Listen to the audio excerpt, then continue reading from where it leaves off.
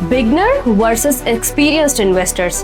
Beginner investor हमेशा ये देखता है कौन सी बड़ी कंपनी है जिसका नाम सुना है, कौन सा स्टॉक सस्ता मिल रहा है। अगर रिफाइनरी सेक्टर है तो वो सोचेगा कौन सी रिफाइनरी मुझे 10 रुपए या इससे कम में मिल रही है। मिसाल के तौर पर टेलीकार 8 रुपए, वर्ल्ड कॉल 1.5 रुपीज।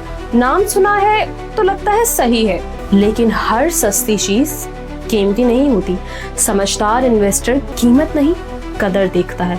वो देखता है कि कौन सा स्टॉक वाकई वैल्यूएबल है, क्या मुझे जैसे भी हालात हो अच्छा प्रॉफिट दे सकता है या नहीं। समझदार इन्वेस्टर हर फैसला डेटा, तज्जिए और गहरी बसीरत की बुनियाद पर करता है। और ये सब सीखने के लिए रोजाना PSMU के YouTube चैनल पर एक लाइव प्रोग्राम भी किया जाता है, जहां आपको बताया जाता है कौन से स्टॉक में असली वैल्यू है और किन में सरमायाकारी करनी चाहिए। अपनी सोच बदले, हिकमत अमली स्मार्ट बनाए और PSMU की डेली एजुकेशन के साथ एक कामयाब सरमायाकार बने।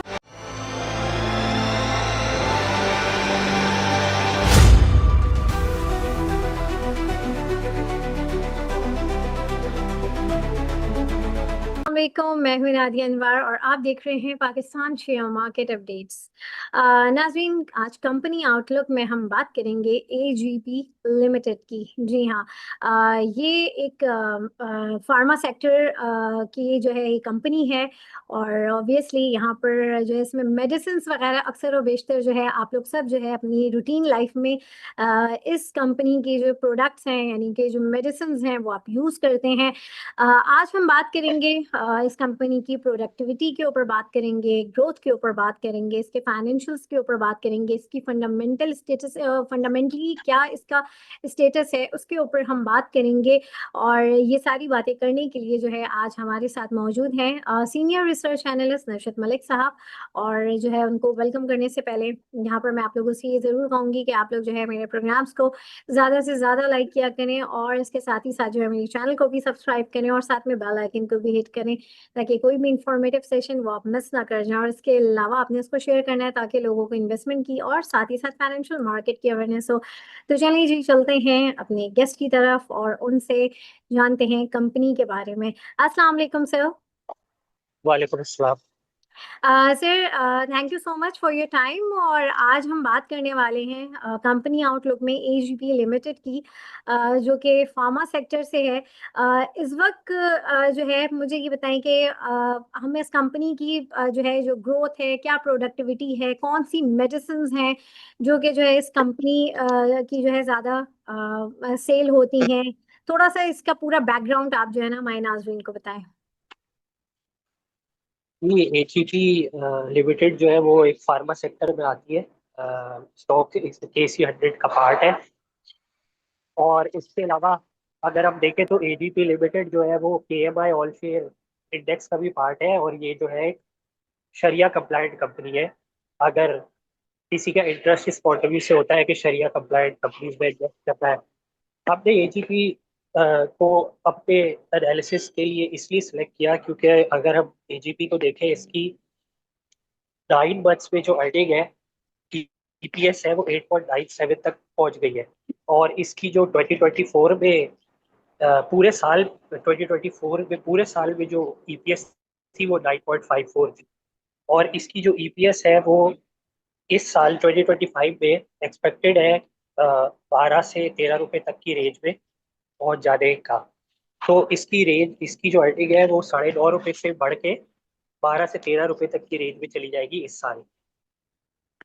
और और इसकी वजह, अर्निंग बढ़ने की वजह यही है कि कंपनी के रेवेन्यू वगैरह में ग्रोथ है। कंपनी के मार्जिन्स वगैरह जो है वो काफ़ी, मतलब मार्जिन्स वगैरह इंप्रूव हुए हैं। ग्रॉस मार्जिन्स 60% में पहुंच गए हैं, जो कि लास्ट ईयर 58% थे। और उसके अलावा रेवेन्यू में भी जो है वो काफ़ी ग्रोथ है। अ, और अगर हम ऐसे कंपनी को देखें तो कंपनी जो है वो फार्मा सेक्टर जो है वो 16 के प्राइस टू अर्निंग के ऊपर चल रहा है। तो कंपनी जो है वो उस लिहाज से जो है 14 के प्राइस टू अर्निंग पे चल रही है इस टाइम पे। और अगर हम फॉरवर्ड बेसिस पे देखें तो गोइंग फॉरवर्ड 2026 में इसकी जो अर्निंग है वो फर्दर जो है इम्प्रूव होके 16 से 17 रुपए तक की रेंज पे चली जाएगी। तो इस लिहाज से स्टॉक जो है वो फॉरवर्ड मल्टीपल्स के ऊपर भी काफी सस्ता ट्रेड हो रहा है। अ, और फिर जो है ना हम इसकी जो है ना टारगेट प्राइस बताने से पहले थोड़ा सा कंपनी का इंट्रोडक्शन कर लेते हैं, और जो है फिर इसकी टारगेट प्राइस के ऊपर आते हैं। हम्म, अ, अगर हम एजीपी लिमिटेड की बात करें तो इसको इसको जो है ना 55.8% जो है इस कंपनी के अंदर शेयर होल्डिंग है Atkins Stuart Pakistan private limited की, जो कि इसकी एक लोकल होल्डिंग कंपनी है। लेकिन अगर हम अल्टीमेटली देखें तो इसकी जो अल्टीमेटली पेरेंट कंपनी है वो सिंगापुर बेस्ड है। ओके। अ, तो ये जो है ना एक फॉरेन होल्डिंग वाली कंपनी है। और अगर हम एजीपी लिमिटेड की बात करें तो एजीपी लिमिटेड की फर्दर जो है आगे जो है फर्दर आगे दो सब्सिडरीज है, जिसमें से एक ओबीएस एजीपी है और एक ओबीएस पाकिस्तान है।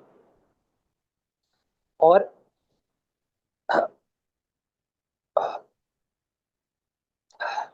अगर हम कंपनी की बात करें कि 2024 में 2024 में इसका जो रेवेन्यू था वो 25 अरब था, और उस 25 अरब के रेवेन्यू में से जो 15 अरब रेवेन्यू है वो इसकी एजीपी जो पेरेंट कंपनी है उससे आया था। और 6.3 बिलियन का जो रेवेन्यू था 25 अरब में से, वो ओबीएस एजीपी से आया था। और 3.2 बिलियन का जो रेवेन्यू है वो ओबीएस पीके से आया था इस कंपनी का। और इसी तरीके से अगर हम देखें तो इसका जो 9 मंथ्स में रेवेन्यू है 2025 में, वो 20 अरब को क्रॉस कर गया है।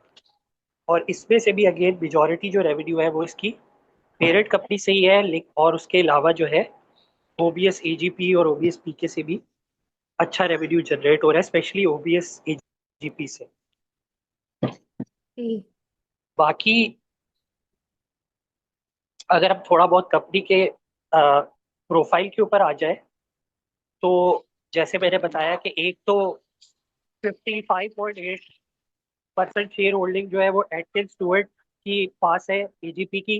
हम्म, उसके अलावा 13.54% share holding Muller and Phipps के पास है। 4.79% शेयर होल्डिंग एस्पिन फार्मा के पास है।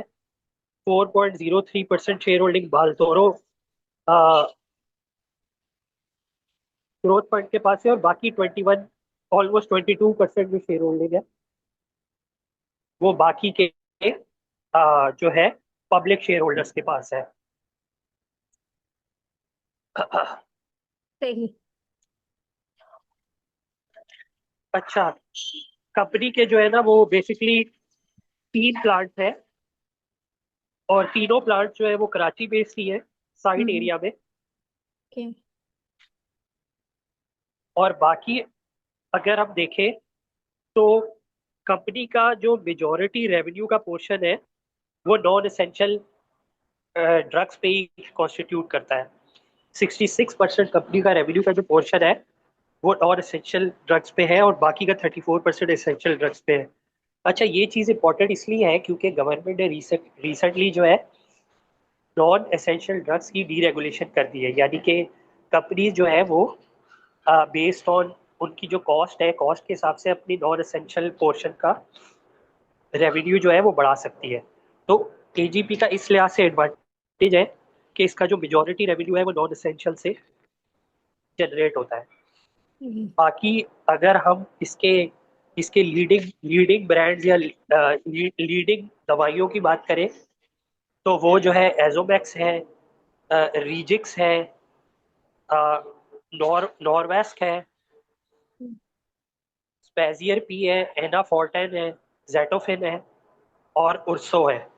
ये इसके मेजर ब्रांड्स हैं, जिसमें सबसे मेजर और सबसे बड़ा ब्रांड जो है वो एजोमैक्स है। सही। बाकी इसकी जो रैंकिंग है वो ओवरऑल 16 पोजीशन पे ये आती है कंपनी रेवेन्यू के पॉइंट ऑफ व्यू से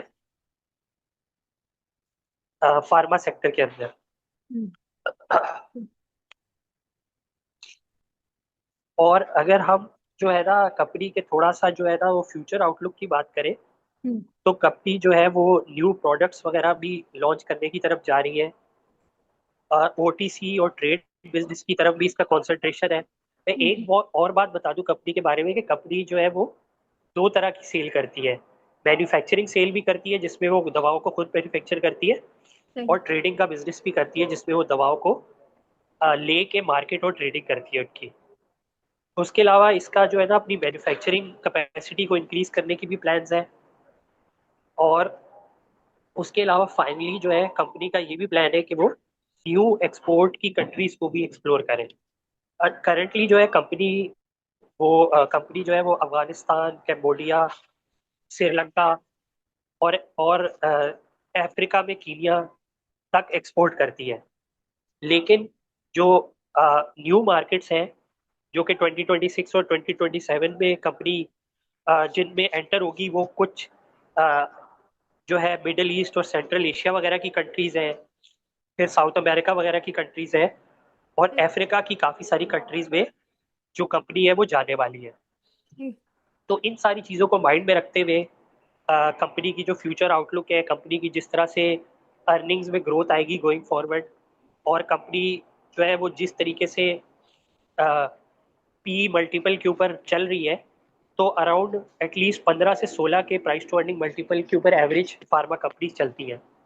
तो इस लिहाज से अगर हम इसकी फॉरवर्ड 16 से 17 रुपए तक की अर्निंग को देखें, तो कंपनी जो है वो कंपनी की 250 तक की रेंज में टारगेट प्राइस बन सकती है।